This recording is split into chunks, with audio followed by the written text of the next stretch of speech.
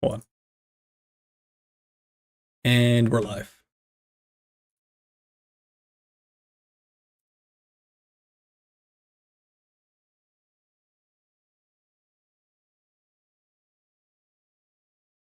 And what is up, Guardians? This is Native Raider, and we are the BlueBerry Lounge. I've noticed, like over the last couple shows, I noticed that you hold lounge for quite a while. There's a space between BlueBerry and then lounge, and I'm usually the BlueBerry Lounge. I think I hit that shit right there. I think I got that one.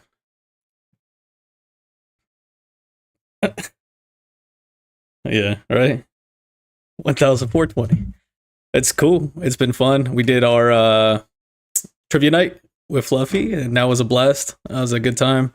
Um, did some trials. Did what else did I do this week in Destiny? I feel like I did a raid, and I can't remember if that was last week or the week before. But yeah, that's pretty much in Destiny. Yeah. We did Root of Nightmares. Feel like that was a long ass time ago. This week has been crazy busy for me, like not work wise. So I took this week off of work specifically with my PTO because we had Matapaz, which is BSN enthusiast. BSN enthusiast is my son. Matapaz is his friend. They when I was in the army, they were friends. You know, while we were at the same duty station, and him and a couple other guys that also joined the lounge was there as well. That's what I did it with. That's now it comes back to we did Root of Nightmares with all the guys. All my son and his friends. That was my son's first run through on Ron.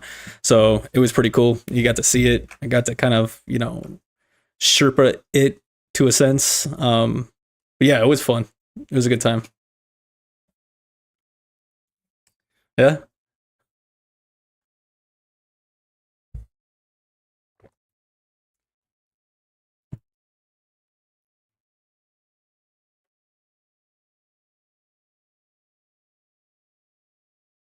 Yeah, I enjoyed that. I've almost finished that episode. Not quite. I was listening to it yesterday while I was barbecuing some brats. But what about your week? How you been?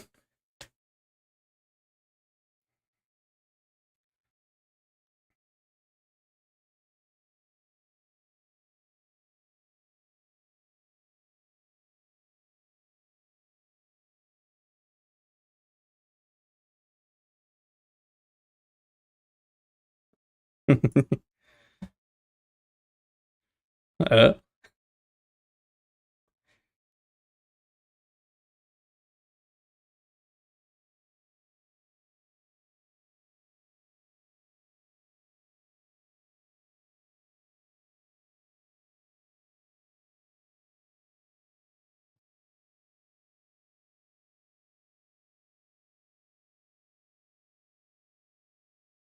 Sounds productive. I like it.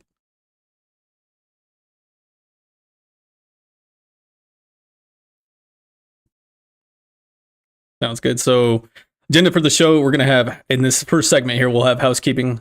We're gonna do our guest interview, invite him on, and talk about him and get to know this person. He will also have a spin at the Wheel of Misfortune. We'll go into our show topic, which is all about Trials of Osiris, the current state. I mean, everything. We're gonna deep dive into Trials of Osiris, and we got the perfect guest for that one too. We have Destiny news and notes, the TWID, as well as a developer's insight that I'm actually kind of excited to talk about for once in a while. Like it hasn't. It's been a while since we covered a TWID or any kind of blog from Destiny from Bungie.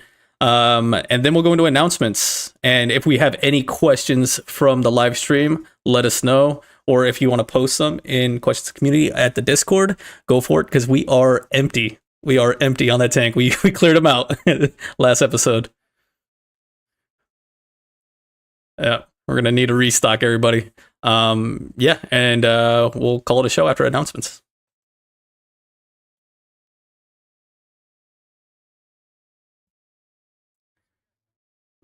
We shall.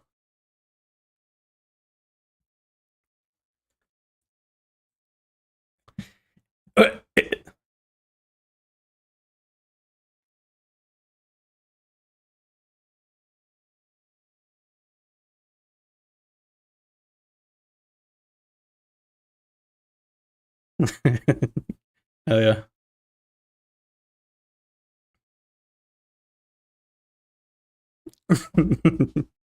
Well, how was your week, Bionic?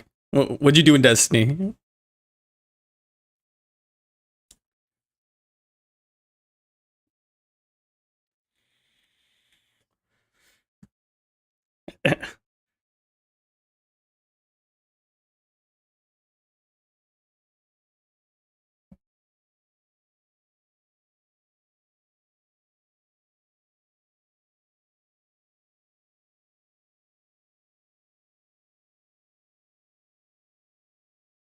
My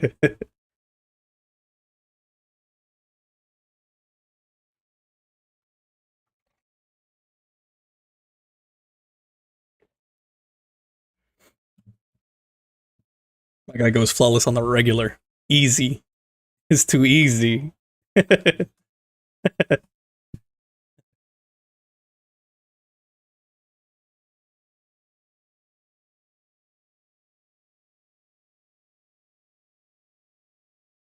Yep, I feel that.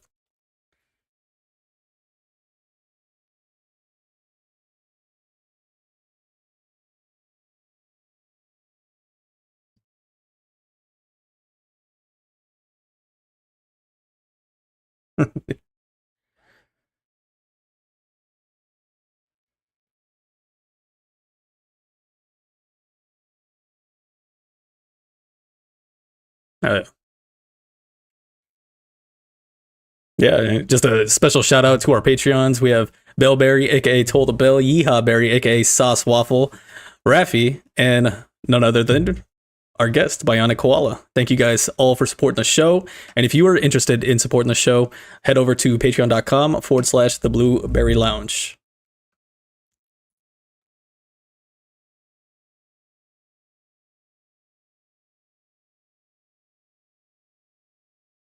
Yep. Yeah. $25 Amazon gift card, as well as title in the Discord. Genius Guardian, our first Genius Guardian.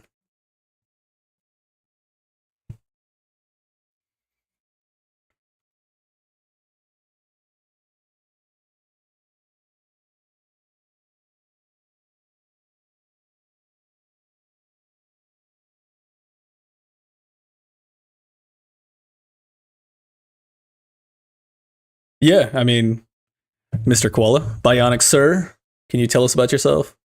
We know you're from a very hot and humid northeast of the United States, but what else you got?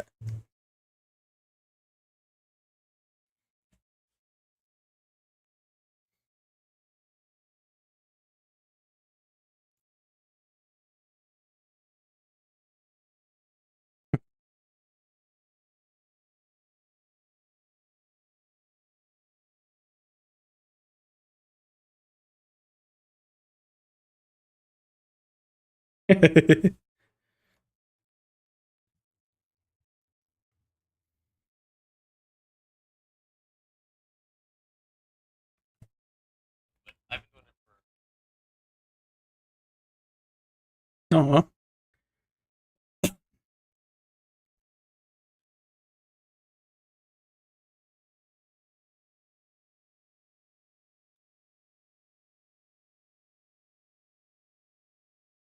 nice. Oh yeah.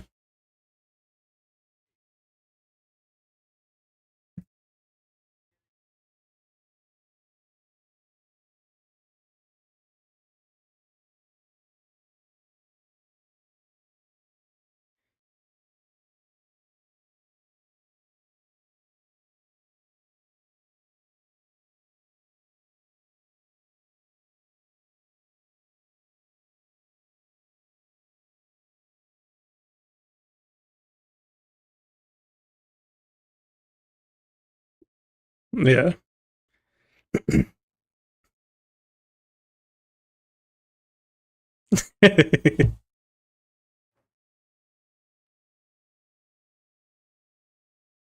Yeah, I feel that, man. Like I'm not mechanically inclined myself, but I always like sit there and I'm cheap, you know. I like to save my money when I can, so I will look up shit to fix, and that's how I've learned I can change like pads and rotors, obviously tires and shit like that. Like swapping spares and stuff. I've replaced my own radiator ones. I think that's the height of my mechanical intellect, and I thought it was gonna be a bitch, bro. Like I was like, oh my god, it was a '93 BMW, 3 Series when I was in Germany, and it was a piece of shit. It's one of those ones that the new privates come in, and the people that are PCSing or leaving, going to another duty station, sell to them, and it was just a recycled kind of car. I felt pretty badass changing my own radiator. It was like only a couple bolts. I like drain it, pull it out, put it back in, refill it. Like it was like, oh my god. And they were gonna charge me like shit, what was it? It was like 600 or 700 euro to do that, And I went to the little on post pick apart and snatched one up for like 13 bucks. Went into they have their own garage that has lifts and all that kind of stuff. Your self-help garage type thing. And that was like $7 an hour. So I spent just over like 20 bucks, Like it was crazy when it would have been almost 700 euro. Yeah. Sorry. That was a little bit of a rant, but it brought back that memory.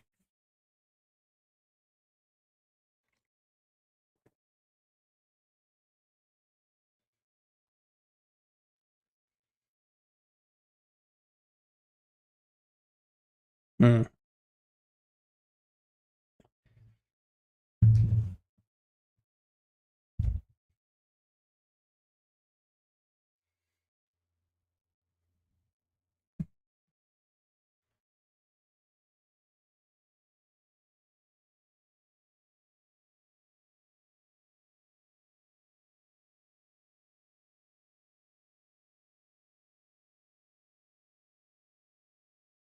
yeah.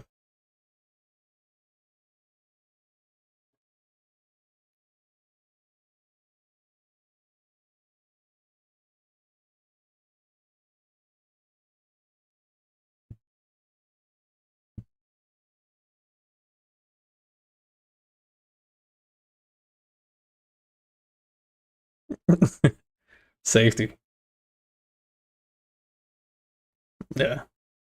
I still get like nervous as shit like when because I'll do my own oil changes as well in the same the self-help garage that we have on post.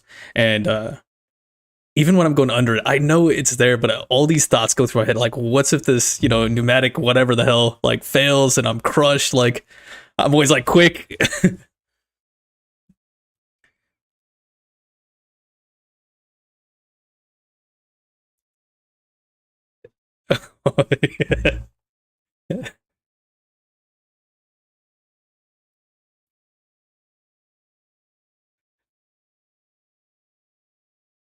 Yeah, I feel that.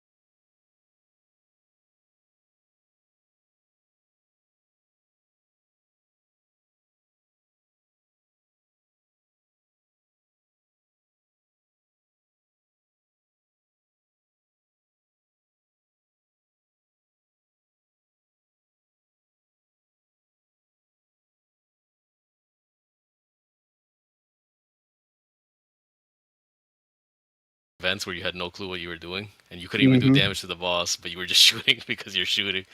And yeah, but that was really my interaction with D1. Like it wasn't really much. It was just a game where I would de-stress from playing a lot of Call of Duty. Then after a while, Call of Duty got stale, and Destiny 2 was around, and that's when I jumped in at the very end of Warmind when they did the Go Fast update. Yeah. And from there, I've been playing just about ever since. But yeah, it all started with Pokemon. That's still a series I play to this day. I have my kid playing it. Same. Play it too. Yep. Yellow is probably one of my favorite series. I think my absolute favorite is going to be Crystal. Yeah, that is number one for me as well. Same. Cyndaquil will always be my absolute favorite. But I mean, the big bonus to that time in gaming that we haven't seen in Pokemon since, as far as I can remember, anyways, you had 2 regional maps. Once you defeated one, you get to go to another. And, defeat the gyms there and get the starter Pokemon and all that fun stuff. But I mean, it was all in the one game. And I don't know, they haven't done that since. The closest they've come is like what they've done with Sword and Shield, where they had the DLC. The problem is it was DLC. I guess that's the model we're going to deal with going forward. It is what it is. That's business is business. But exactly. that was the closest they came to Crystal version. A lot of Pokemon players like Destiny.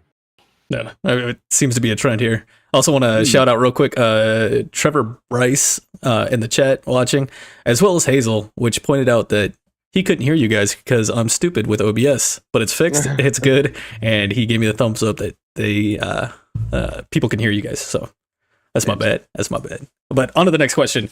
We heard how you got your start in gaming. What about your start in Destiny? Because I think you already kind of went over your hobbies. He kind of went over that a little bit, but yeah, sorry, didn't mean to cut you off. You tell the story. Yeah, so basically, I played so much Call of Duty that I needed to find another game.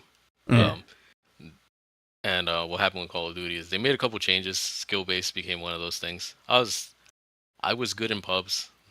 I played a bit of competitive playlists here and there. But when they made the skill-based changes, every game became a like the Olympics for me. So I was like, yeah, I need to play another game because this is mildly aggravating now. And then, like I said, used to watch a couple COD YouTubers, and a couple of them, like major ones like Scump, Thunder. They were like, hey, we play Destiny 1 in the background. That's their like de-stress game. And I'm like, I'll give it a shot. I never played PvP really in Destiny 1, like here and there, but it was not my cup of tea at the time just because COD was a lot faster. Yeah. Compared to Destiny 1. I remember watching Scump. Scump was awesome, man. Yeah. And, shout out to Scump. He retired. That was the saddest moment of me watching COD, watching that man retire. A lot of them from back then did. And yeah, so after a while, like I went back to COD, and then after Black Ops 3, COD basically became unbearable. And that's when I went like all into Destiny 2 at the end of Warmind, like I was saying before. But luckily I missed out that weird period of Warmind that came in during the Go Fast update. Because apparently they were saying that year 1 was a bit wonky for most people, coming from D1 to D2. So I only came in during the hand cannon shoddy meta, and that's basically all I use to this day as well. And that's D2 for me. I was a solo player for almost all of Forsaken. I feel that. I mean, I can't say I was a complete dedicated solo player. I did have NightX15, the person that introduced me to the game. But I often found we enjoyed playing different playlists, so we just never ended up playing together once I figured out what I liked in the game. He's like, you're a prick. I introduced you to the game, so I had somebody to play with, and you fuck off to Crucible. Come play Gambit. I'm like, nah, bro. I'm going to play Crucible. Yeah, Crucible was actually was a weird one for me because, like I said, I came from COD, so I'm just used to an auto rifle, basically. Yep. Autos. And then I died to a hand cannon, and I'm like, oh, what the hell is that? That thing looked pretty cool. And then I started using hand cannons, and I'm like, okay, this is me from now on. And during Forsaken, I used to watch a YouTuber. Is it cool if I drop his name? Yeah, Yeah, give her. absolutely. Okay. I used to watch a YouTuber, Bros_1. Is you guys want to watch some quality content back in those days of Forsaken? That man would solo everything, and that was like my inspiration to play this game. Wow. And I've never heard of him. I gotta check that out. He used to do a lot of carries in D1. I wasn't around for D1, so like I never really, bothered with that. But he had a series called Solo Sensation. Like I said, if you guys want a watch on like how to play the game without someone explaining it, you just watch a guy play the game, and you'll pick up their tactics, all their habits, and you're like, oh, I never thought about it that way. And the guy was really good. He doesn't play Destiny 2 anymore. He's gone to other things, but yeah, he was like the main reason that I like Crucible, because I would watch him go off with a hand cannon and shot. Nice. And I'm just like, oh, What was the name of the channel again? You said Bros_1? Is that what I got? Yeah. Okay. Yeah. Okay, cool. I can relate to that experience because I'm very fortunate that I managed to actually like even create an episode with that person that kind of introduced me to that play style that I as well really enjoyed watching. And now that I'm playing it myself, it's my main play style. But Tony Ill Physics was that introduction for me. I'm not sure if I've actually ever told the story on air before. I know I've told Raider before, but do you remember when Hawkmoon was first introduced? That dungeon? Yeah. It's not really a dungeon, I guess. It's an exotic quest, but yeah. So, I was having a really hard time getting through that dungeon, and Tony helped me through my first clear. He was live, and his title was more or less helping folks get Hawkmoon. I jumped in there. I really liked his attitude. And his attitude towards PvP, it was not ego-filled, which I found unique and different compared to most environments that I'd been exposed to in the past. So it was a refreshing breath of fresh air. So I decided to stick around. And sure enough, I got picked, or at least with the raffle or whatever it was, to be a part of the team. He helped me get through, got my very first Hawkmoon, which is still the best one that I have to this date, and I still have it. So yeah, after that, I just kind of dove into hand cannon shotgun. But later, I would eventually venture off of the shotgun to learn the benefits of sniping, and most recently, fusions as well. Yeah. Kind of curious about this one, though. What's with the gamer tag? So, I originally came from Xbox, and traitor. I wasn't one of those people that put thought into their names. Back in those days, you would get that like 1 month free trial of Xbox Live as long as you had like enough emails and time. And a lot of them ended up being animal names. So like it'd just be a randomized animal name. I remember like Sublime Rabbit or some weird name like that. And then one day I was thinking, I'm like, well, I always get animal names, and I spend a lot of time sleeping during those days. I was like, like kind of like a koala. And I'm like, what would be funny? Just like if you're gonna be an animal, at least have it be a funny name. So it was like, if you die to a BionicKoala, you'd be like, huh, that's a funny name, no? And I just went with that. Nice. I like that. There really wasn't much meaning to it. It was just, like you like to sleep killed by like by a very random animal name. Hell yeah. And then I just stuck with it since high school all the way up until now. Nice. All right, next question. You kind of touched on this with me pre-show, but for the folks and for Sweaty, how did you find out about our community? Okay, so I had taken a break at somewhere in the middle of Witch Queen, I believe it was. The game just wasn't sitting well with me.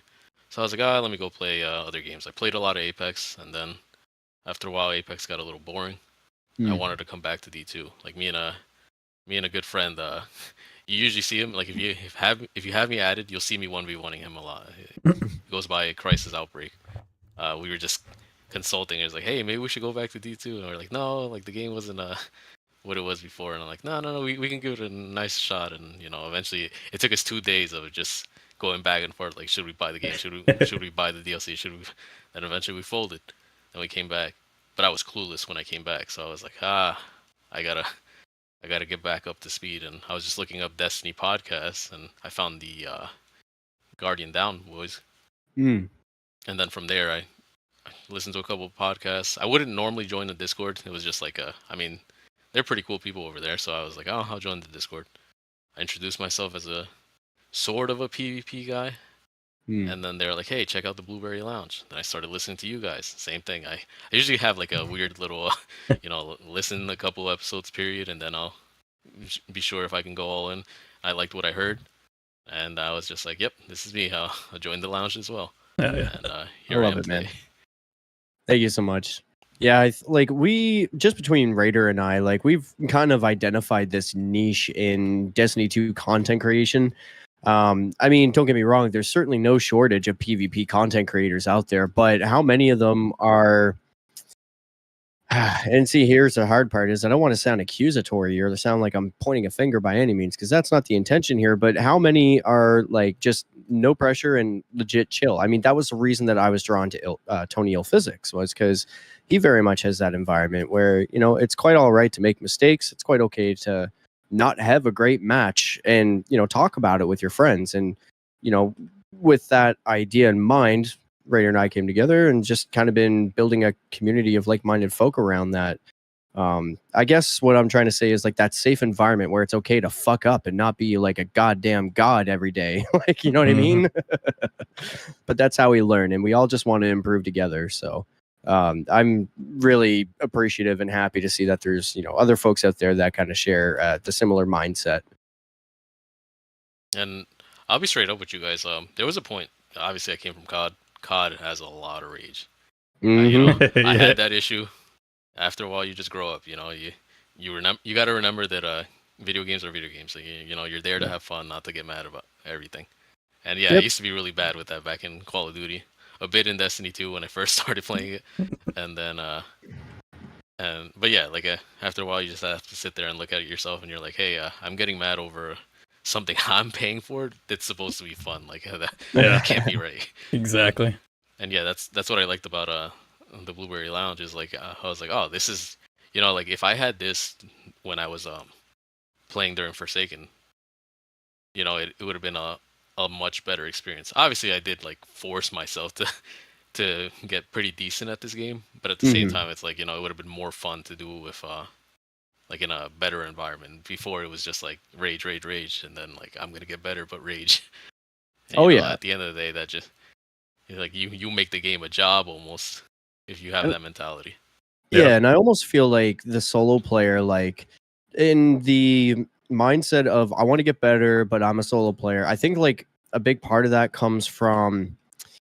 I'm not going to speak for anybody else, but I'll say for me, it came from just not wanting to listen to people's toxicity from like LFG experiences, like trials, for example, flawless run KWTD, like gross and cringe first off, but second off, like you get in there and you lose or you get killed in the first round and they just like up and quit or like boot you from the fire team. And it's just like, this is really disheartening.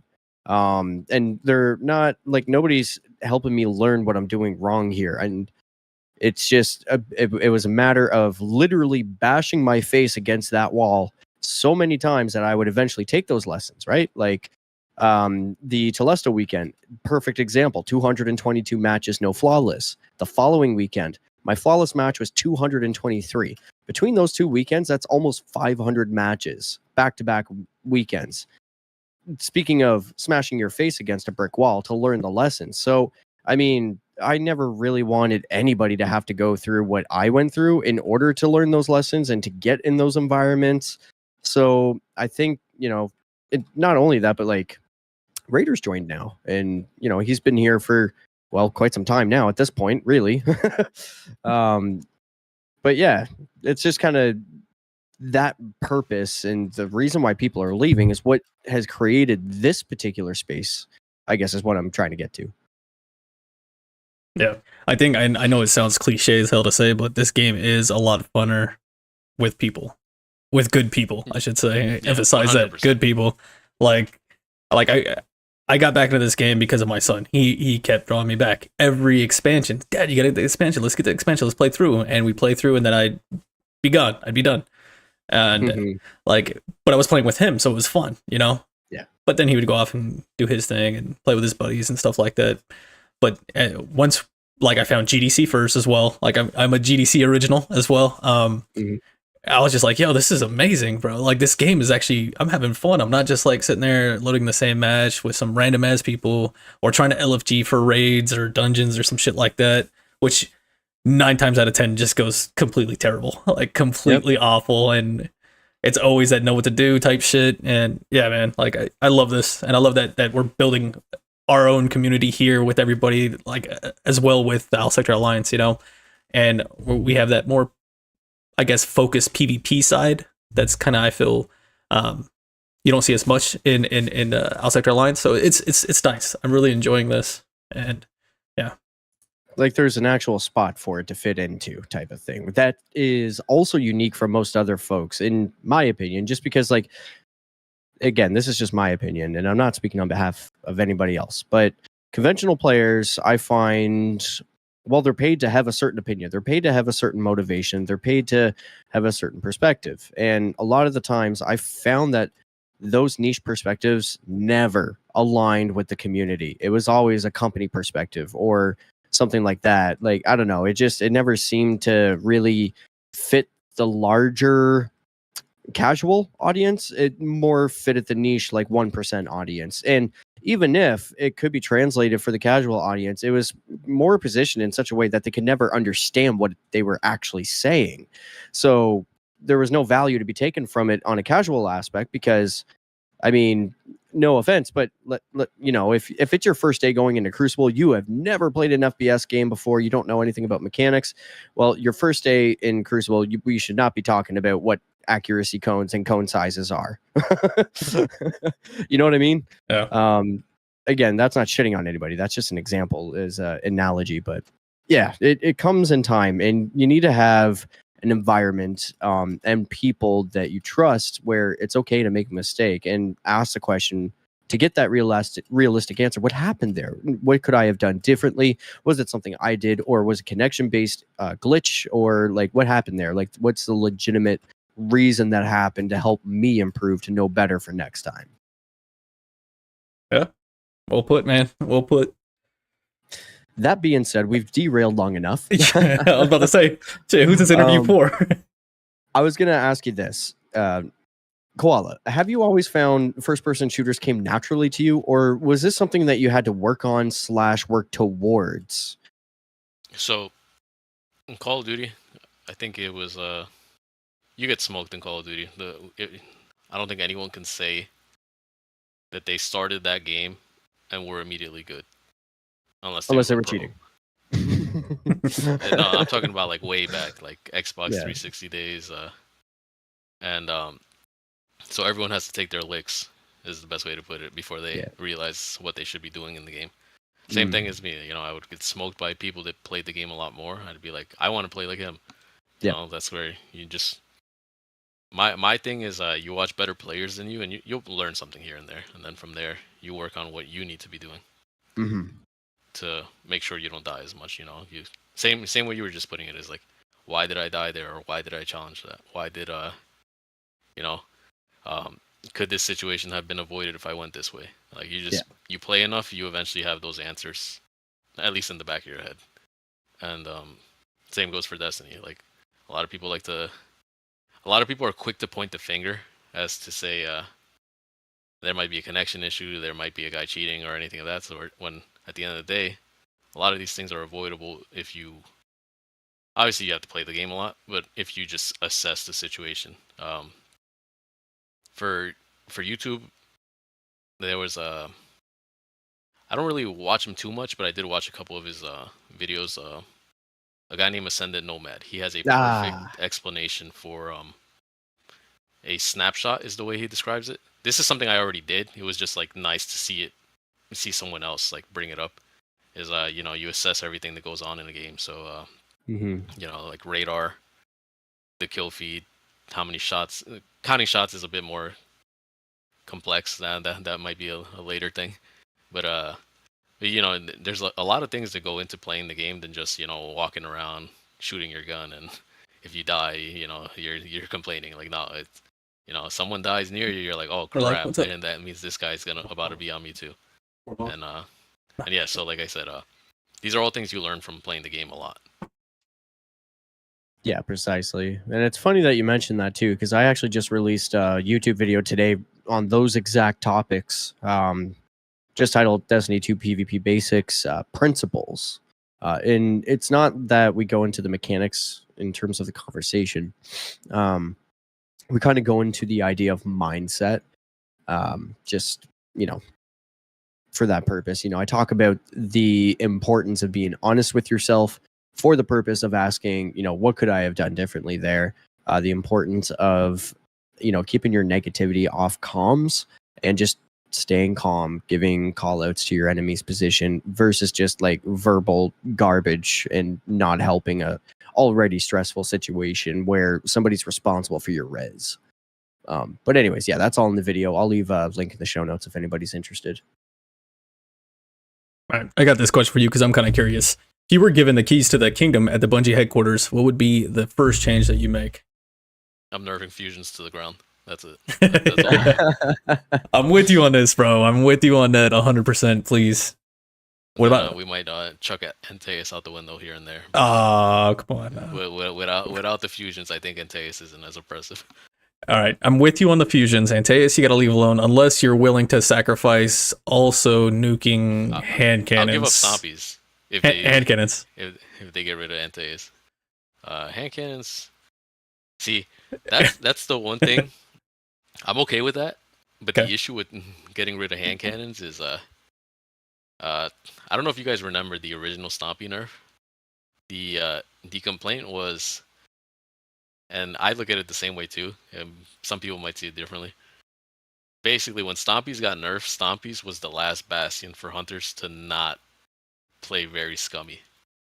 So like as soon as Stompies got nerfed, Trip Mines came out. As soon as Stompies got nerfed, Shinobu's Vow spam came out. And while you are investing into those, at the time you were investing into those abilities, it came at a very low cost. Yeah. So for that like short period that Stompies got nerfed hard into the ground, we had to deal with grenades everywhere, and that was probably the worst time to be playing Destiny 2 for me, just because you would hear a grenade before you would hear someone's gun. And they had moved away from like the one thing that makes Destiny great is jumping up in the air, 3-tapping somebody, jumping up in the air, sniping somebody, all that fun stuff. Warlocks being able to skate off of a stairwell, go flying at somebody at Mach speed. The silliness. It changed it into it changed what made Destiny great for me at the time. I'll be right back, gents. Got a call coming in. Hey, no problem, man. I got you. But yeah, no, I could definitely agree with that. So, I mean, with all that being said, I'm kind of curious about this, Koala. So it's understood that you're a pretty talented Crucible player. What basic advice would you give to a new light out there, or even someone who just wants to play Crucible, maybe with intention for the first time, or wants to improve? So I wouldn't say I'm talented. I'm decent. Like I can hold my own against most players. There's a lot better players out there. Like the more you play, the more you realize like holy crap, like there's way more people up here that are really really good. And and I'm just, if anything, I'm just skimming the little pulling back the curtain of like where these players are. Like I like to play. Like I play the game a lot. And that's really the biggest thing. Is the biggest tip is play the game a lot. Like you're not gonna learn anything if you only give it a 30-minute session and then like I'm mad that I died a lot. Like I'm done for the day. Like well I consider that like obviously you're gonna have fun when you can, but no one's gonna have fun if they're getting smoked and then 30 minutes later they're gone. You don't learn anything, and on top of that you can look at it as time wasted. Well, yeah, like a white belt walking into a dojo getting immediately guillotine choked out within 5 seconds of walking on the mat. They're probably not going back to that gym. Exactly. Yeah.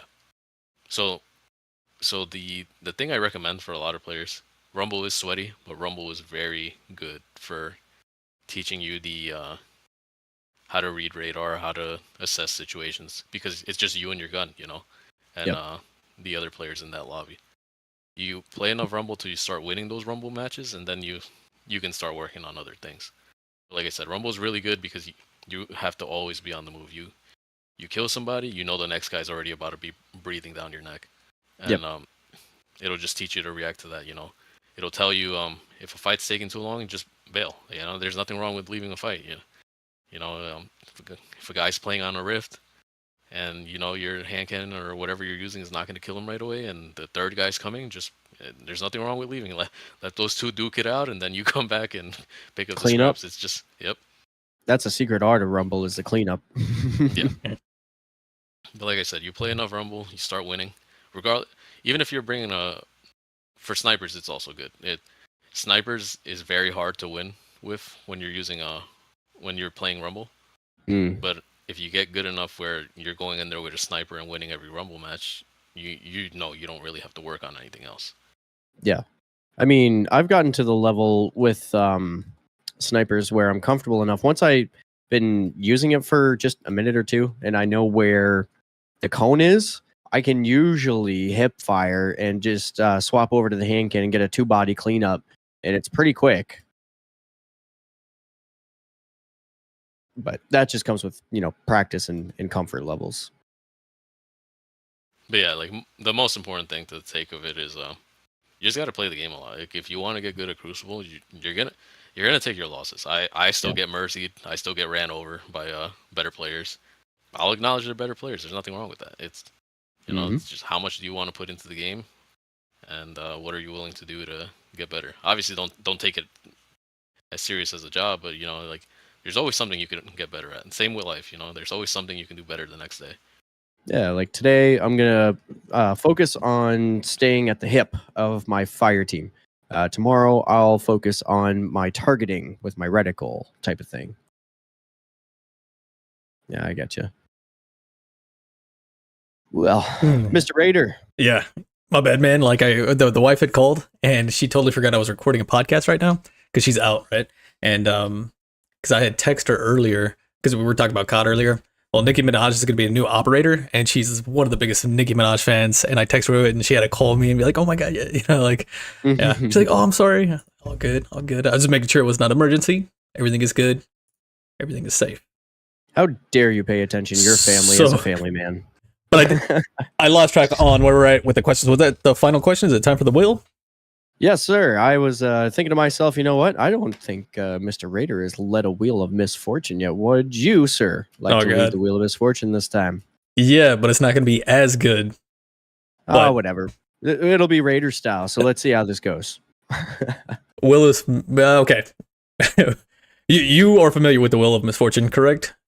Yeah, I've listened to. All right, cool. Too easy. So this is the Wheel of Misfortune. Every item on the wheel is a single item stored within your vault. Spooky will go ahead and roll a randomized number generator with 1 through 3, 1 being your kinetic, 2 being your energy, and 3 being your power slot.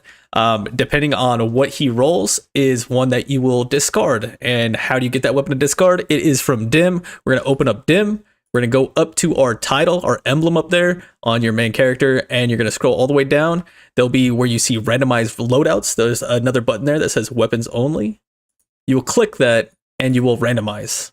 So if you want to go ahead and do that, but before we do roll the dice. Before we do that, yeah. Before we do roll the dice, what is there anything in your vault that has, I don't know, it could be sentimental value, bro. It could be you just got like 400 million kills on it. Like, it doesn't matter. Is there a certain weapon in your vault that you would protect from the Wheel of Misfortune? That's a tough one because I have a couple. I have a Fellwinters with 13,000 kills. Ooh, and a Dire Promise with 6,000. Wow, that's a lot. Yeah, and my and the sentimental value is definitely my Luna's Howl. That one has 8,000. Oh wow, very nice. That was part of the solo grind to get a Not Forgotten. That would definitely be one heck of a grind. Yeah. Hell yeah, hell yeah. All right. I'd have to go with the Dire. The Dire's had been too good to me. Like, that would be the one thing I would protect. All right. With that being said, could we get that random number, sir? Absolutely. So you guys go ahead and get your randomized weapons, and I'm going to roll the dice here in 3, 2, 1. We've got ourselves a number 2, which is the energy slot. Mr. Raider, what did you get? I actually am partial to this one. I've had this one for a long time. Don't got a shit ton of kills, but I did like this one a lot. And it is my sidearm, The Last Dance. This is a an arc adaptive Amalam adaptive with rangefinder and outlaw and a stability masterwork. Very nice, very nice. And I ended up rolling a Crisis inverted hand cannon. Let's go. Range masterwork. It's got fluted barrel, armor piercing rounds, or light mag, heating up an opening shot, and it is gone. What you get, Well, Bionic? I lucked out. I got I think Acid Cross had made a video a year or two ago to get a truth teller that they were selling at some point, and it happens to be that one. I only have 8 kills on it. Yeah, I'm glad to see it go because it was just taking up space. I got so many weapons like that. That's like it could be good, or somebody said something. Break. Yeah. Go ahead, my bad. Saving vault space, one truth teller at a time. What was the rolls on it? My bad. I cut you off there. It was auto loading and disruption break. Okay. Very nice, very nice. And it's already deleted, so I don't know what the rest was. He's following the rules, Raider. Yeah, absolutely. Absolutely. All right. Well, we're going to take a quick break. When we come back, we're going to jump right into the show topic, the state of Trials Osiris, everything about Trials Osiris, and we got some tips, especially from Bionic here, about how to get better at Trials. So stay tuned. We'll be back. Right after this.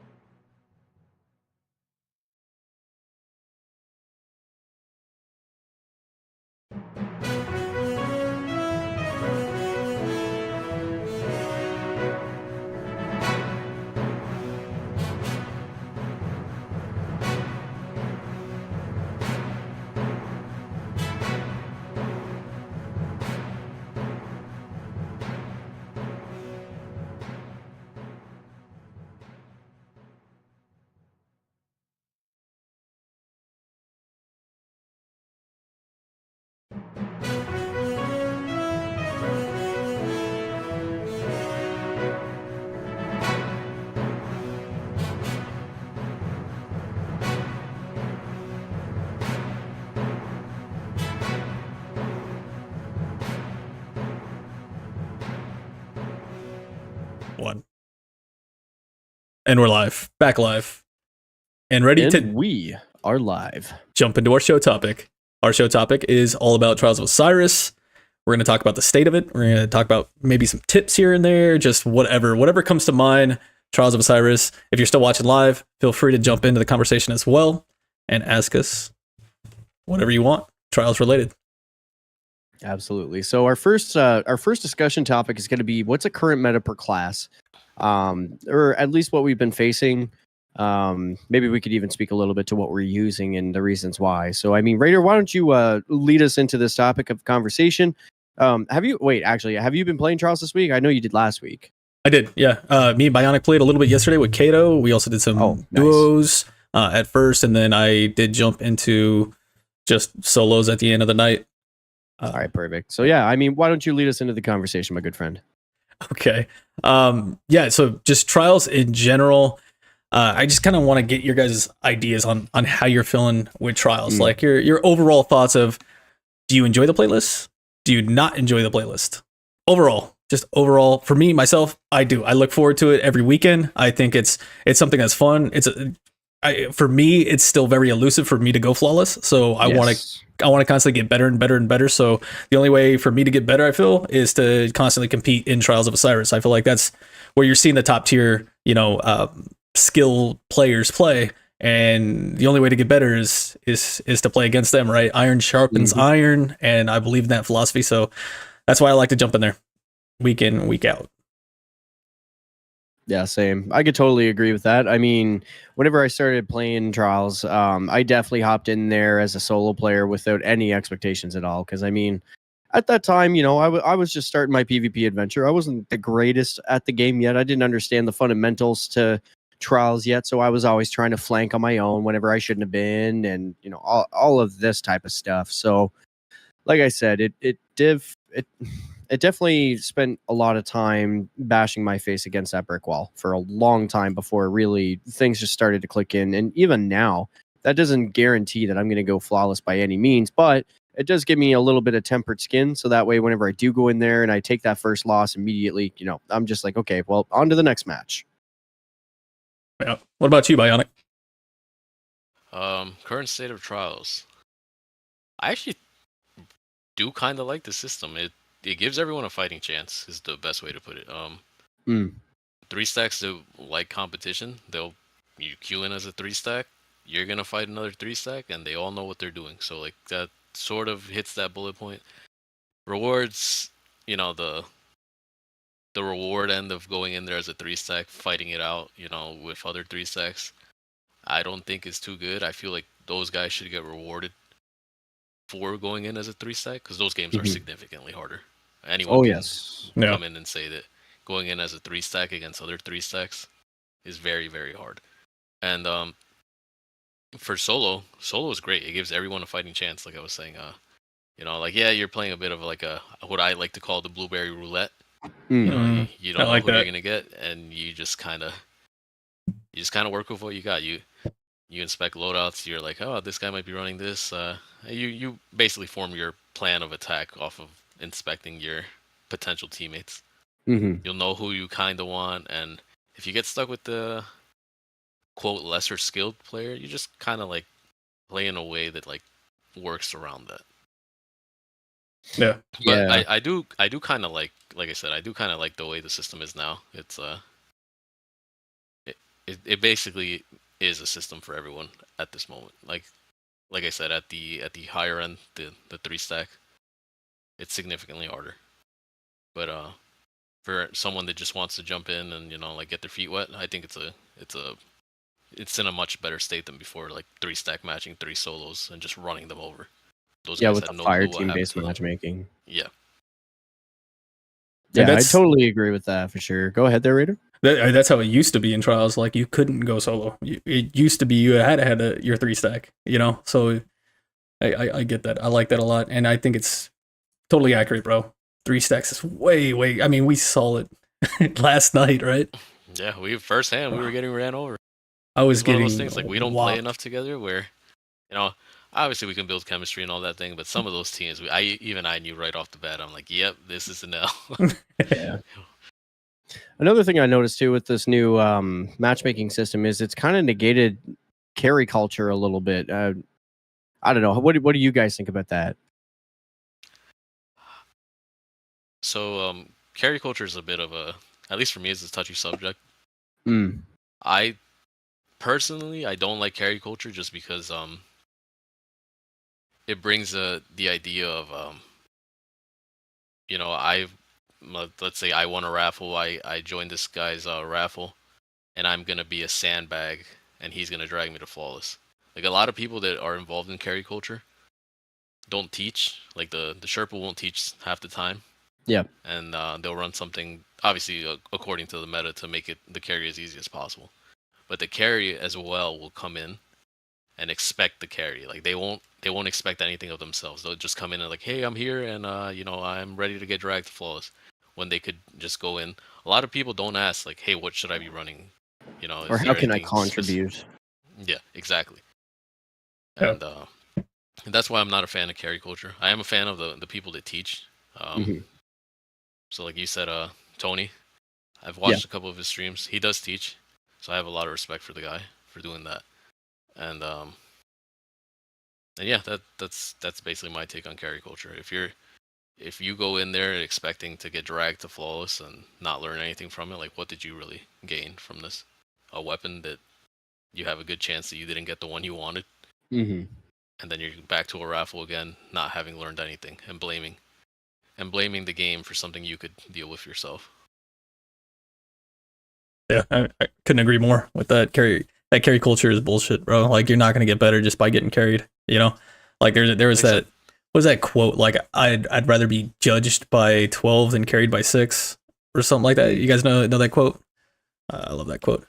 I'm not really too familiar with it, but like I said, I don't think, like I said, carry culture isn't bad. It's only bad when it's like exactly what I described, when the carry doesn't only wants to be a carry and not contribute, and the quote Sherpa only wants to drag the carry. You know, like no one really benefits, and it's just like it becomes more a business than it is an actual learning experience. Yeah, I totally agree with that. I got a quick question right here from Hazel that I thought was perfect to answer right now. He said, should people that are quote unquote bad go into trials? Also, are there any skills that you recommend a quote unquote bad player to play trials? To have to play trials?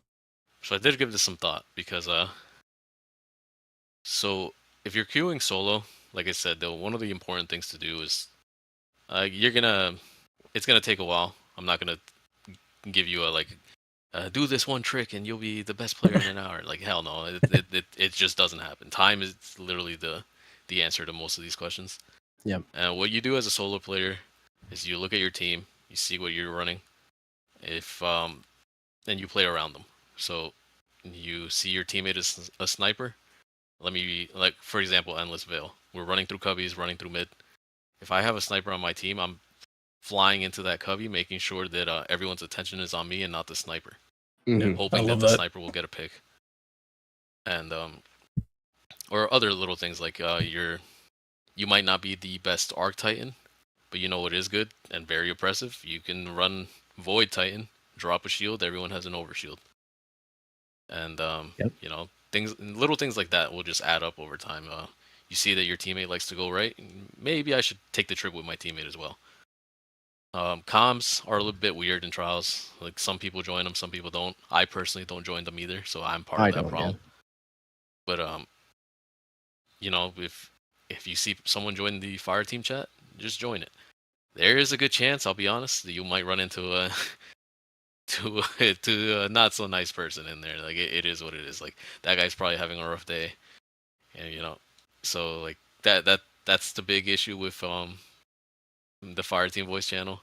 Hopefully you find some people that are cool. I have found people that are cool, but it's only come down to like, you know, it's a 4-4 and I'm like, oh, okay, I need to actually walk my teammate about how to handle this round.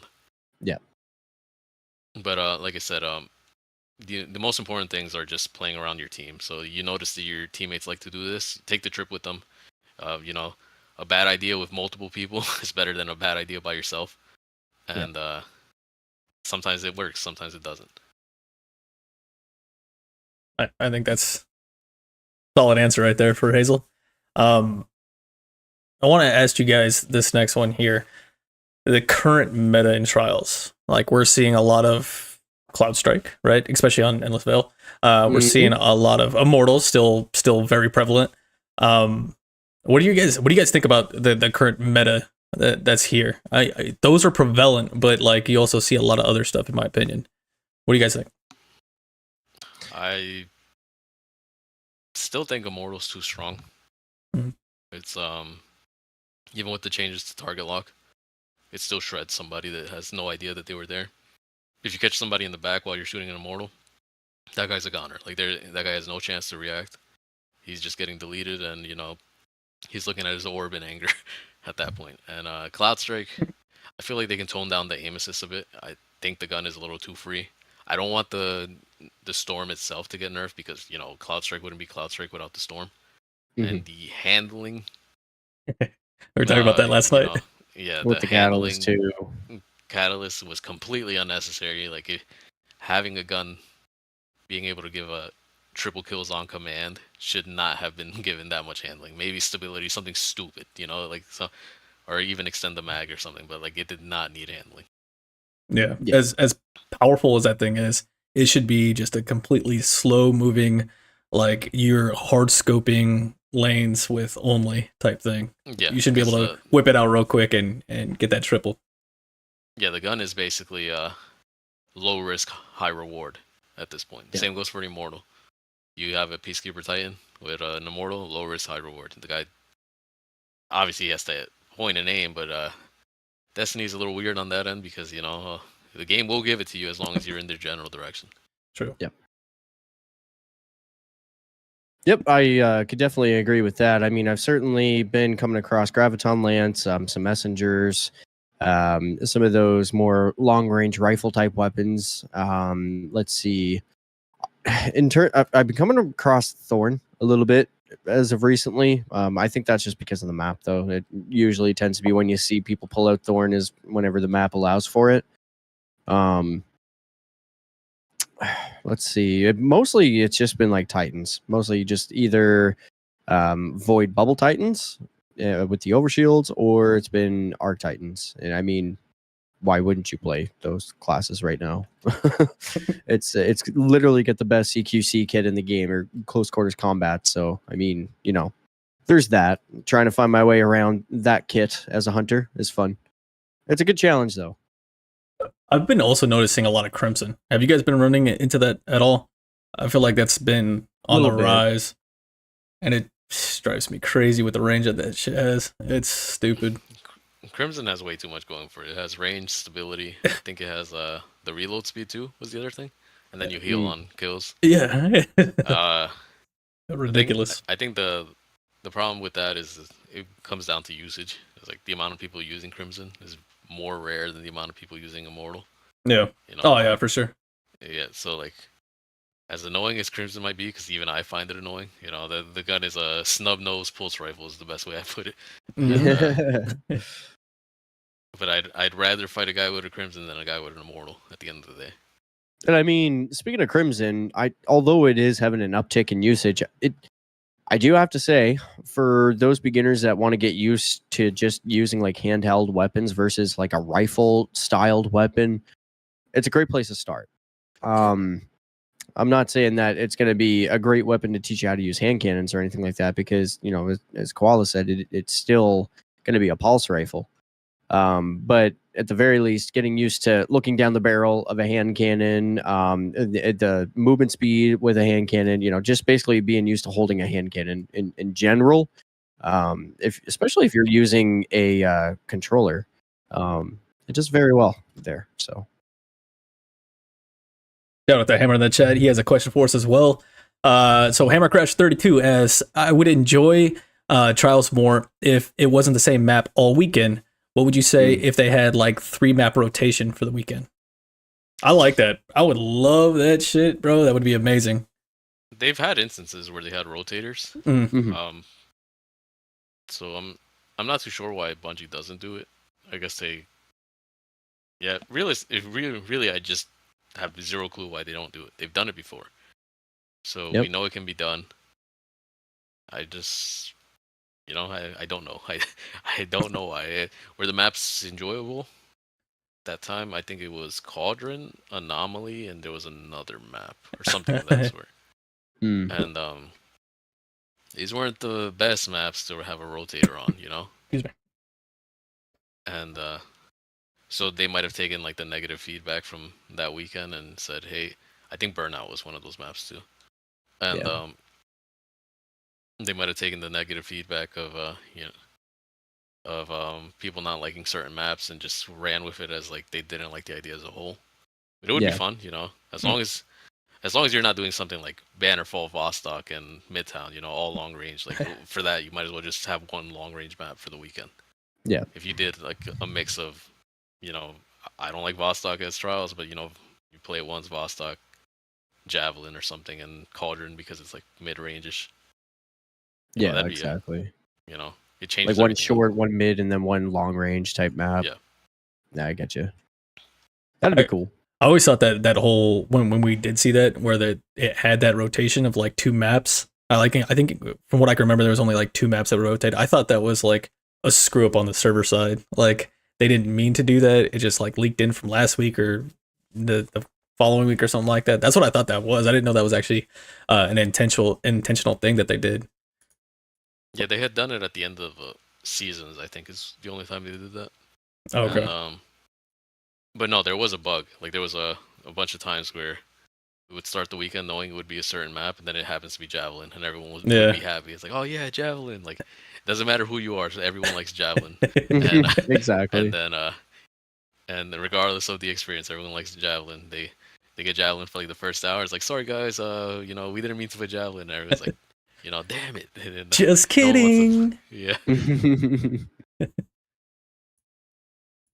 I think it'd be cool, man. On that, I think that kind of rolls right into this other little point we got here is maps and rotations. Like, what kind of map would you like to see that we don't see commonly in trials that you'd love to see be brought forth? An old map, Firebase Echo. Okay. The thing about that is that has to be in the game first before they even know. I know. Yeah. Like the one map I'll never want to see is Disjunction. Whenever that week falls, you can catch me not playing trials. I'm the opposite. I want to see that. I want to see how that pans out. It might be super shitty. It probably will be, but I just want to kind of see what that would be like. I don't know. Maybe that's my inner sniper and scout. Nothing would be more frustrating than getting a Jade rabbited by an ant in Narnia somewhere. All the way from Gambit. Yeah, all the way from Gambit. He's next to the Primeval. Oh shit. Yeah. So I mean, with the current loot that's in rotation, do you think that the rewards are worth it?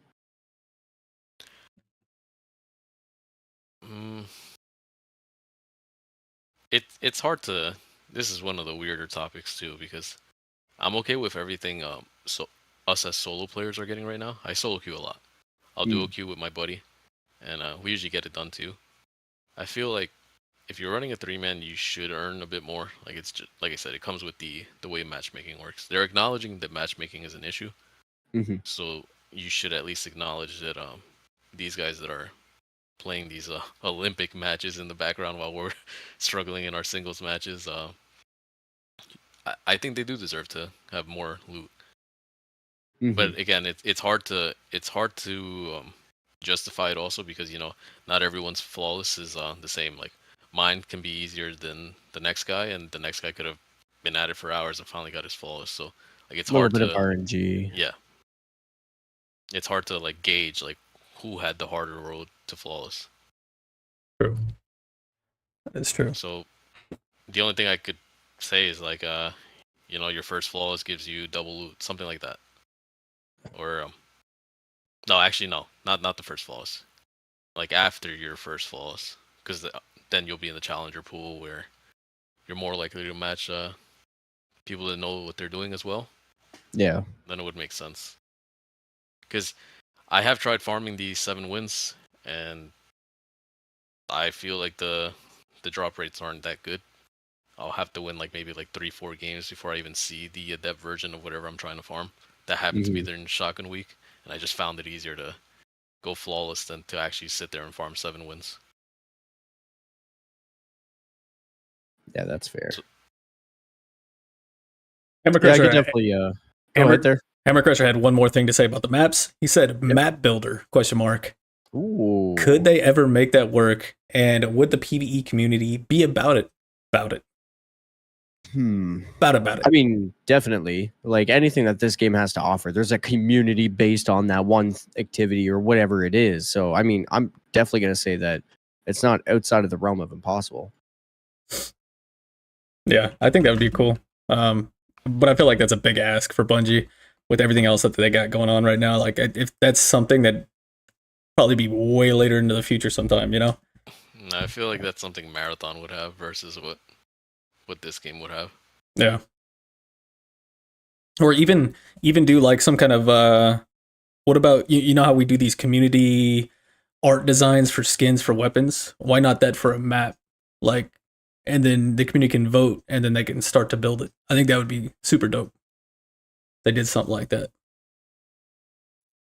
Yeah, I could definitely agree with that for sure.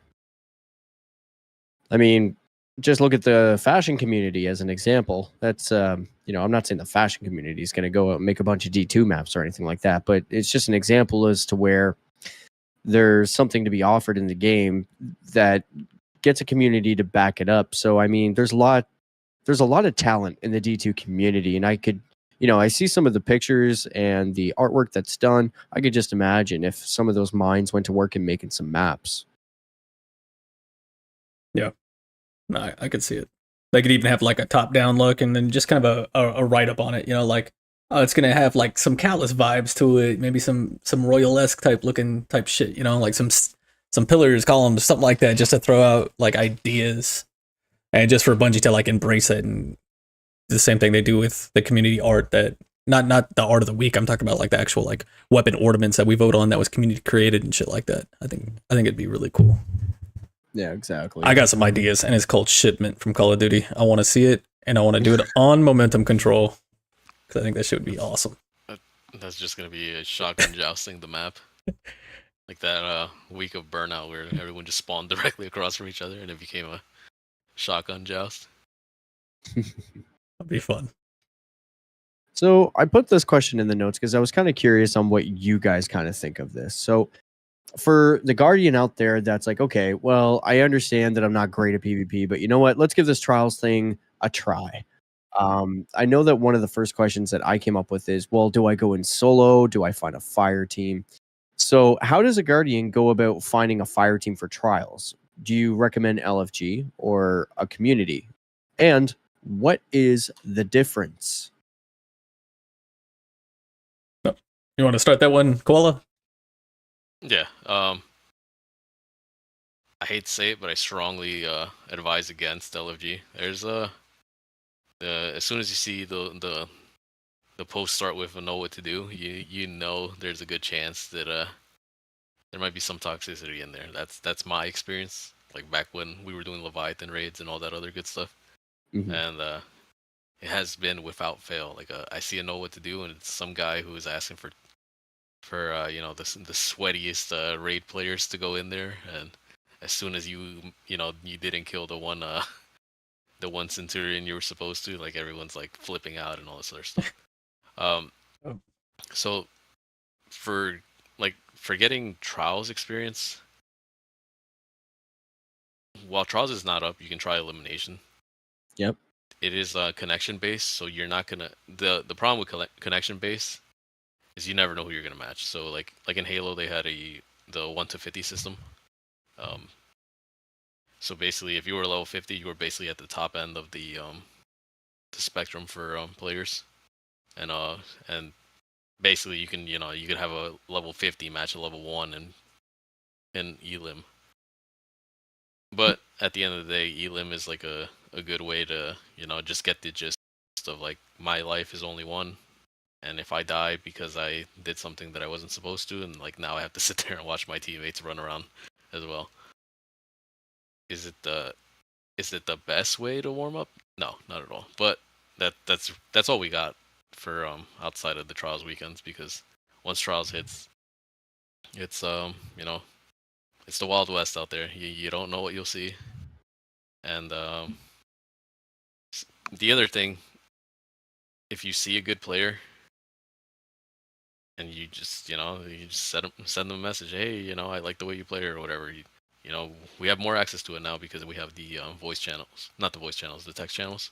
Mm-hmm. To like, hype up a good play. Maybe you get on that guy's good side, and you can meet people that way. I've met a couple people that way. I'll get a 3-piece. Somebody messages me, hey, you did good. You want to run a game? I'm like, sure, I'll give it a shot. I'm not looking down on anyone where be like, yeah, I don't want to play with this guy or whatever. Yeah. And I've done the same. Like somebody goes and gets a clutch play, I'll message them like, oh, good stuff, bro, and like we should game. If it works, it works. It doesn't. You won't know till you try to message them. Yeah. Some people just won't. It is what it is. Yep, 100%. I've actually noticed Bobby Socks on Twitter commenting on one of J-Man's posts. J-Man posted a video of hyping up his teammate, random BlueBerry that he was just playing trials with, for getting a 3-piece Cloud Strike shot. And Bobby Socks was like, that is awesome. We should definitely normalize this behavior. Somebody gave him a rebuttal and he was like, here's a challenge for you. Why don't you try doing that same thing, but for your enemy team instead of just your own team? Yeah. And I was like, yeah, man, that's actually like, I love that kind of culture. That's awesome.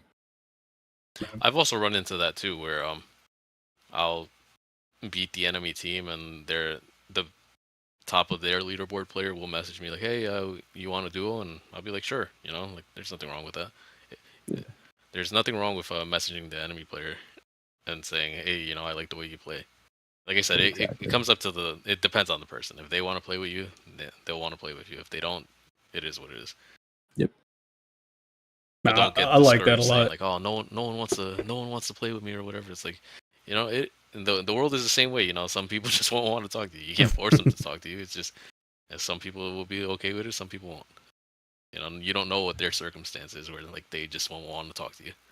Yeah, you'd be surprised. Like I've done that a lot. Like messaging, like I get stomped on by another dude, right, in trials or something, or even any game, to be honest. And I'll be like, "Yo, GG's, that was good shit." You wrecked.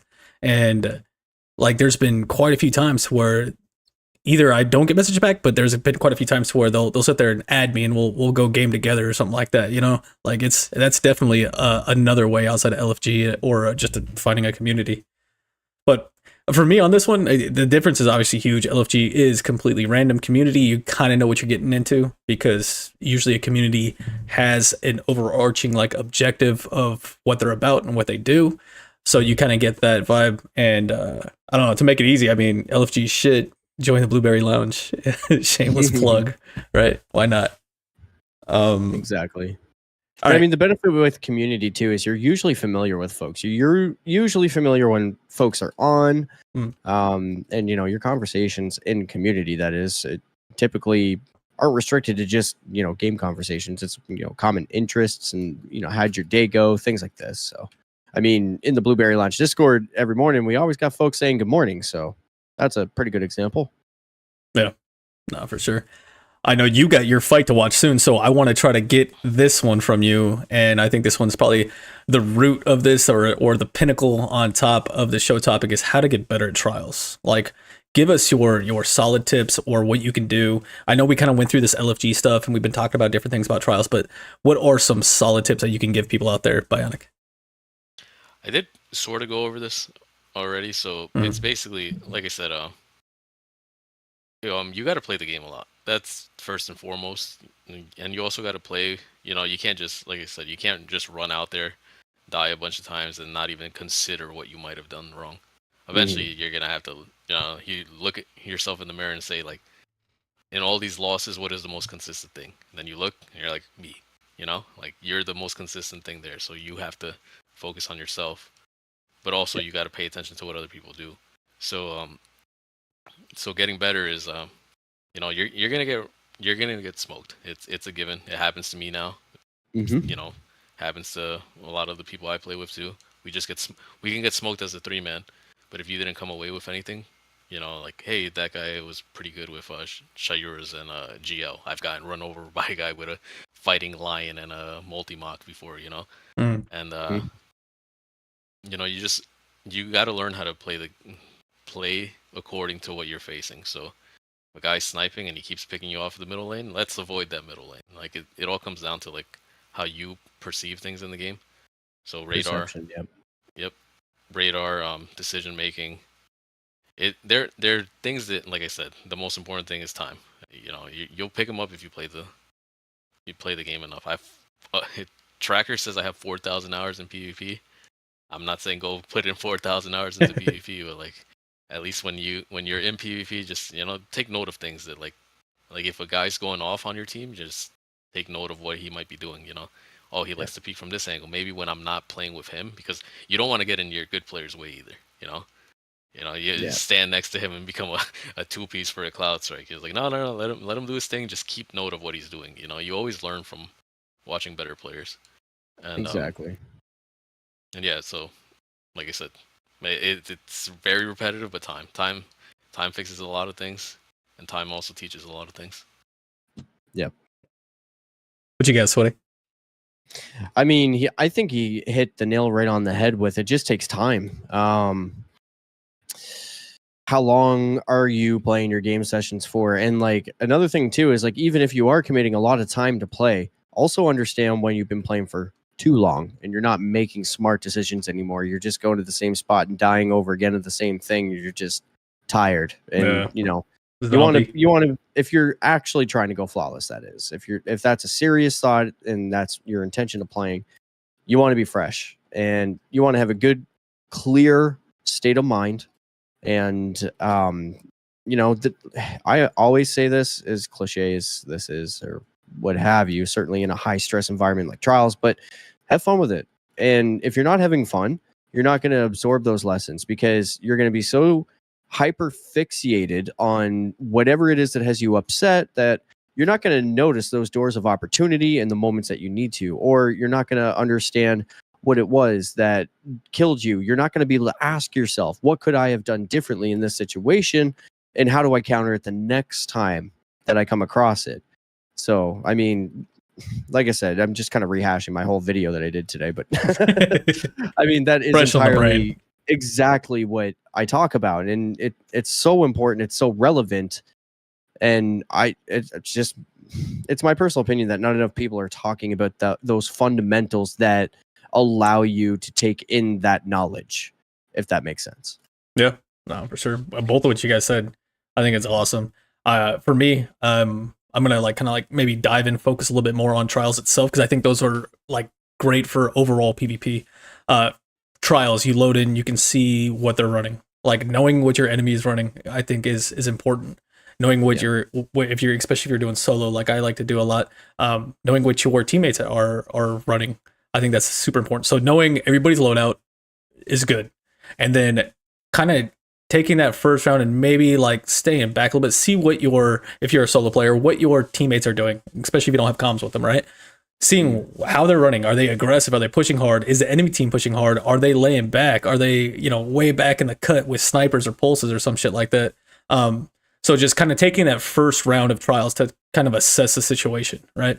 And then adapt to it and go from there. I think that's an important thing. And then now that we have Dominion, you need to probably kind of go to the side of the map, wherever it may be, whether it's mid, left, or right, of where that point is, and trying to dominate that area and, establish your setup, your defense, or your aggressive, your offensive posture on that. So I know that was a little bit more like specific, but I think those were the first things that come into my mind when I'm thinking about when I'm jumping into trials.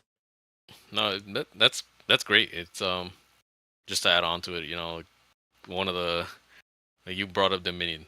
I completely forgot about it even existing. But it does happen. The meta's the meta for a reason. Like I know some people like to say like, oh, don't use the meta. It's this and that. It's like, hey, there's nothing wrong with using the meta. There's also nothing wrong with using what you're comfortable with. Like if you're more comfortable than with the meta, and it works for you, then it's fair game. But the meta right now is Titans. You get there as fast as possible. You drop a shield near that area that you want to take control of, and it becomes oppressive because if you run max resilience, you have a Titan shield by the time they break your first Titan shield, and then you know, they have to work around. They have to come to you, or they have to work around you. So that's like one less thing you have to deal with, at least as a Titan. Yeah. As a hunter, you know, we just kind of have to figure it out. Is the best way to do it. Trip mines or any of the spike nades are very good against Titan shields. That's the one tip I can give. You know, they usually like to play near a wall, so you throw that grenade right behind them, get them to run out from their shields, and just start spraying. That pissed me off so much last night. That trip mine I got killed by. That shit was so high, bro. Like, yeah. But it's the perfect counter. Yeah, you know, if you have to run what are the name of those arms? The claws. Kara. For the trip mine arms. Oh yeah, you're talking about damage. young Amkaras. Oh, there yeah, you go. young. There you go. Claws is the one with the melee, I think.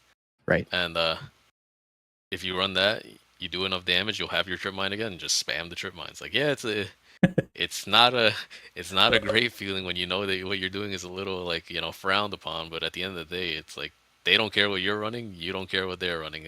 It's the Wild West when it comes to trials. Like, don't feel bad because you're running Invis Gemini. You know. That would be like an artificial restriction on yourself for absolutely no reason. Exactly. And for Warlocks, you know, you're hearing it first. Warlocks can kick rocks, but they have a lot of abilities, and they work to their advantage. You know, you drop a rift on Void, you shoot your little buddy that does the whole sucky thing on a guy behind the shield. Now the guy has to move. Like, as long as you know your kit, you should be and you know exactly when and where to use it, because you can't just throw a grenade and, you know, be mad about it next round that you wasted the grenade also. Yeah, exactly. You just know exactly when to dodge. At least for me, I'm a Stompy hunter. You know, Stompy's for life for me. And you know, when I use a dodge, I am a normal person. You know, I'm not even a guardian anymore. I'm a tower NPC. I use that dodge, so I have to know when and where to use that dodge. And in terms of the Warlock kit, I mean, have you ever come up against a really skilled Freezy boy? They are a nuisance to deal with. They are indeed. Yeah, they drop that turret in the middle somewhere. Or even just run up on you, drop the rift, and freeze you immediately. Woo-wee. Yeah, I have a good friend of mine is very good with that, and it's bad. He'll get pushed, he'll freeze two people, and just for fun, he starts freezing them all over again because, you know, the kit allows you to do it, so you might as well just have some fun with it. Yeah, you know, right? The other guy's probably chugging his controller somewhere, or, you know, slamming his keyboard. But, you know, he learned something new. Stasis Warlock is probably something to stay away from. Yep, definitely. Certainly, if they pair that with, like, what's the solar exotic bow again? Divinity? No, not Divinity. Tiku's. Tiku's Divination. Thank you. Yeah. I don't know if you've ever played against Kill a Monkey yet, Koala, but yeah, get him to put that combination on. It's interesting. He's really good with that weapon. Yeah, he's pretty good with bows and GLs. Mm. Glaives too. Me personally, I find those two weapons very annoying. so you know, there might have been a bit of anger on my end. I just keep it to myself when I died with GL that man has in his hands. Yep, same. It happens. It's just like one of the weapon types that bother you whenever you get killed. Nothing to do with the individual. It's just like, you know, being killed with a fighting lion, or, you know, for me, it's a Lorentz driver or something.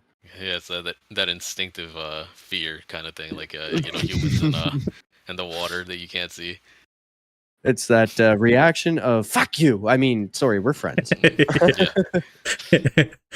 I love you. I hate you. I love you. I hate you. Yeah, there you go. All right, guys. Do you got anything else on the show topic? If not, because I know we're on a little bit of a time crunch, we'll jump into the news and notes real quick. Not too much to cover, but some interesting things. No, I think I'm good. I think we nailed everything that I wanted to hit there. Awesome. Yeah, I think that's pretty much all I got on trials.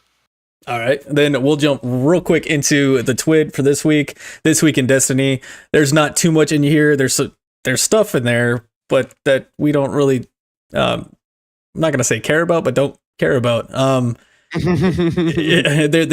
the raid. Upcoming raid will go live Friday, September 1st at they didn't have a time, but reset, I'm assuming, right?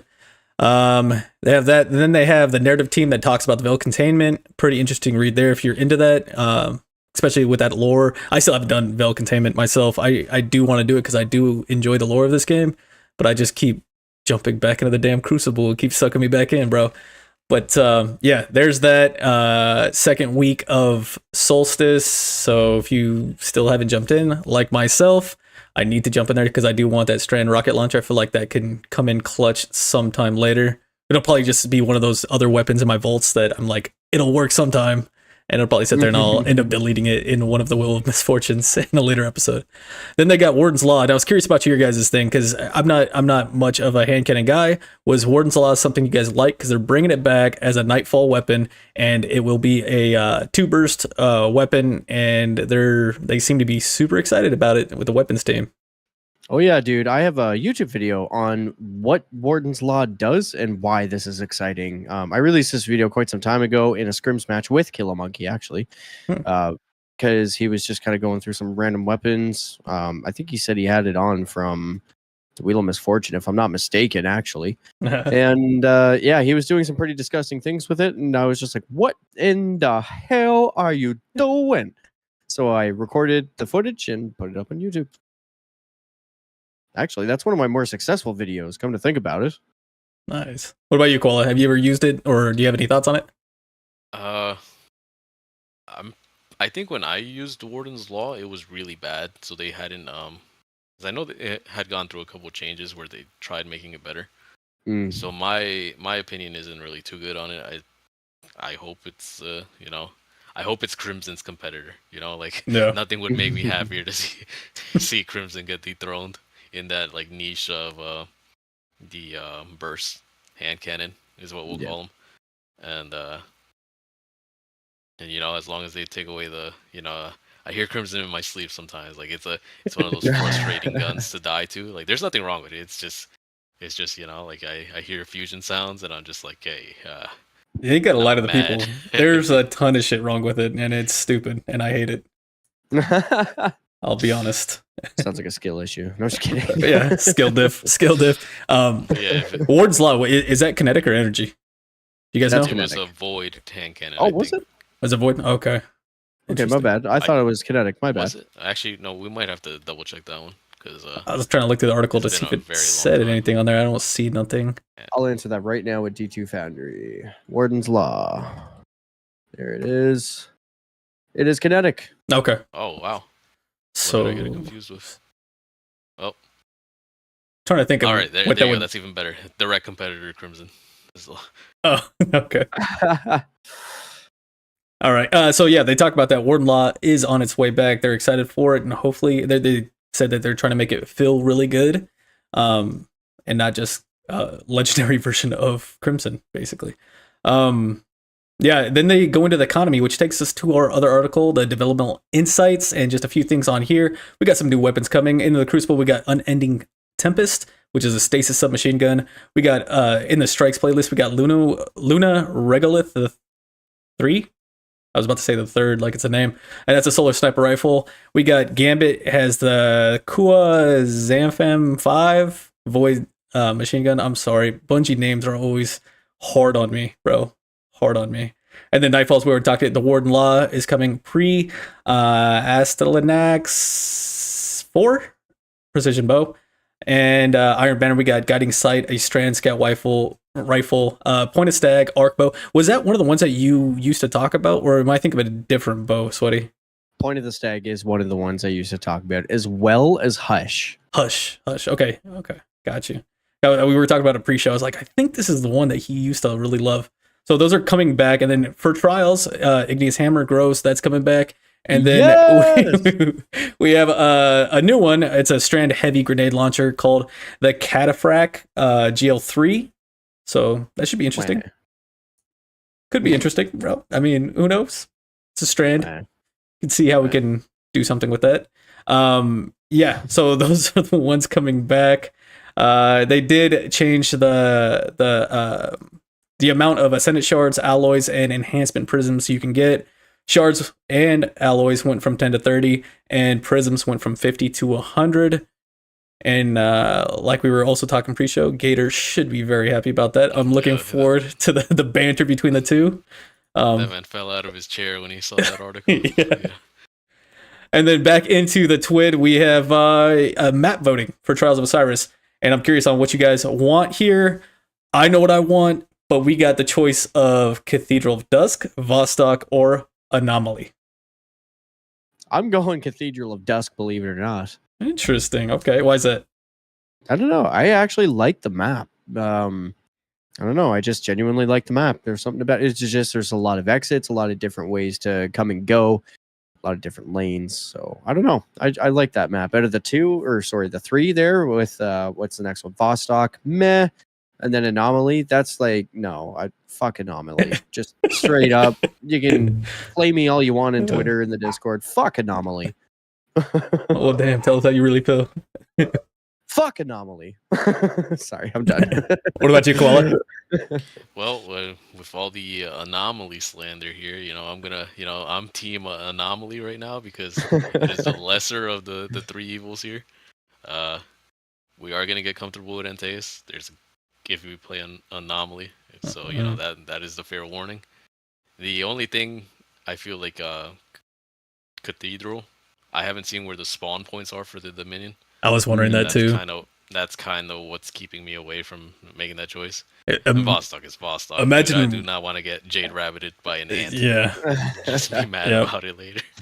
Cathedral of Dusk, that point where the heavy is up on that solo platform, that could be interesting if they make that one of the Dominion capture points. Mm. My vote's Anomaly.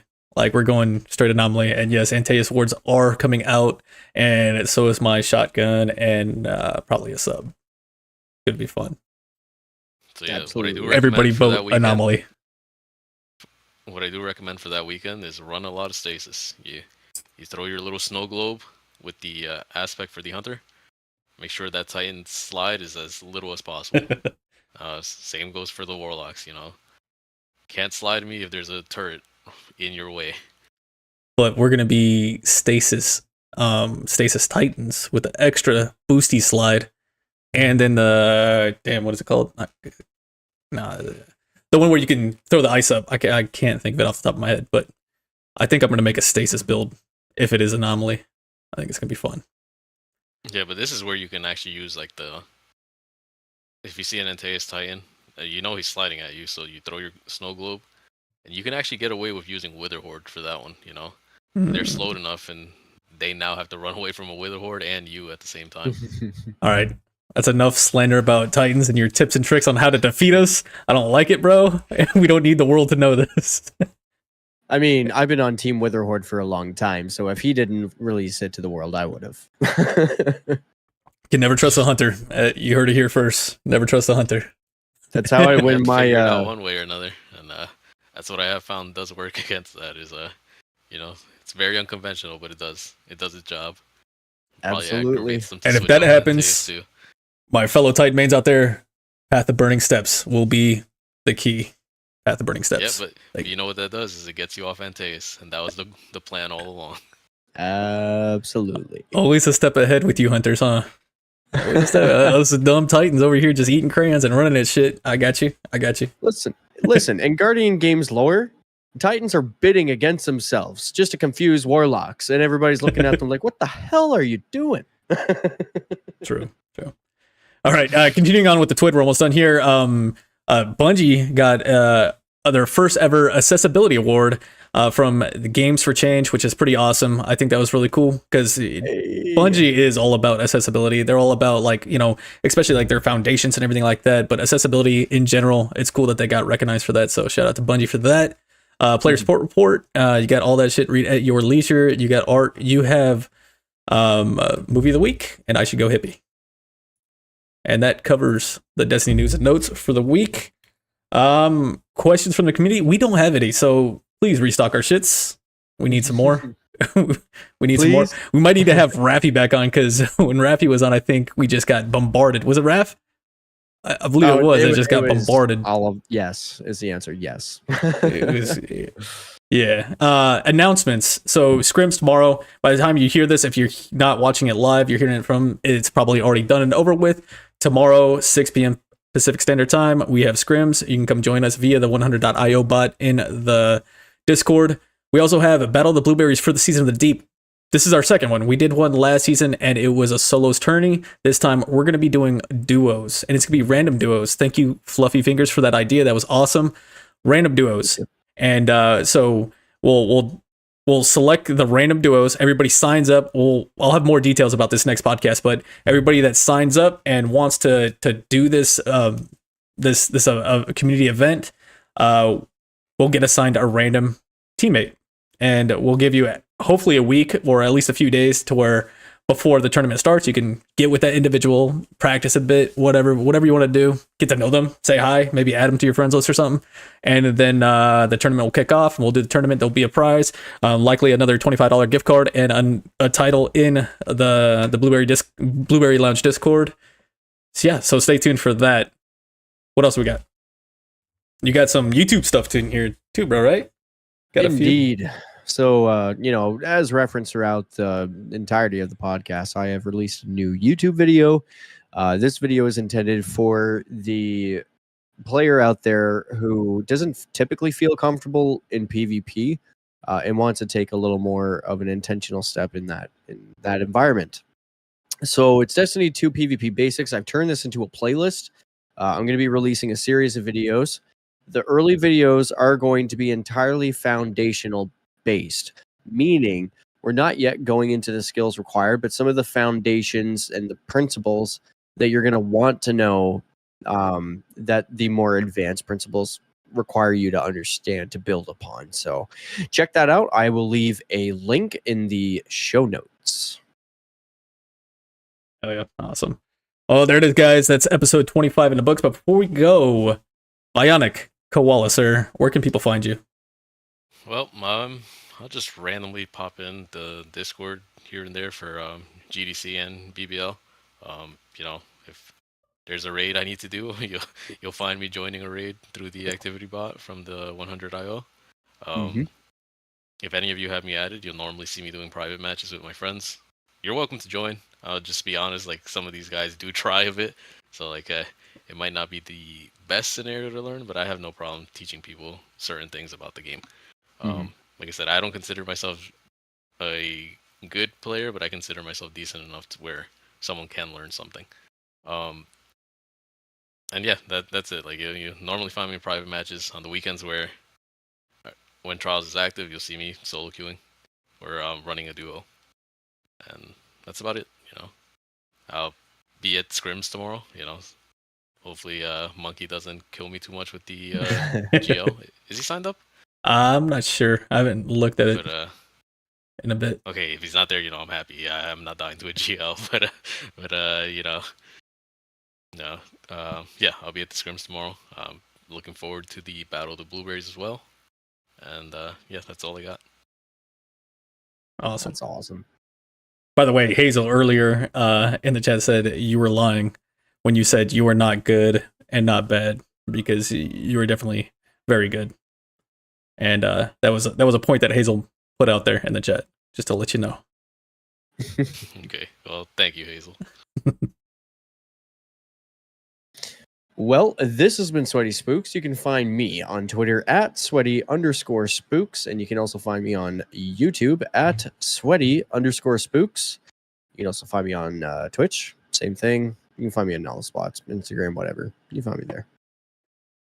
But if you're looking to get a hold of me, the most common place to find me is going to be the Discord, and that's where I hang out the most.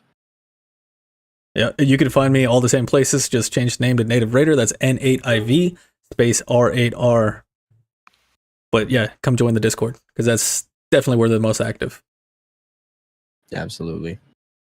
And as always, the closing quote, episode 25. May your stars be bright and your ghosts sharp. Guardians, take care of each other out there. Cheers. Later, everybody.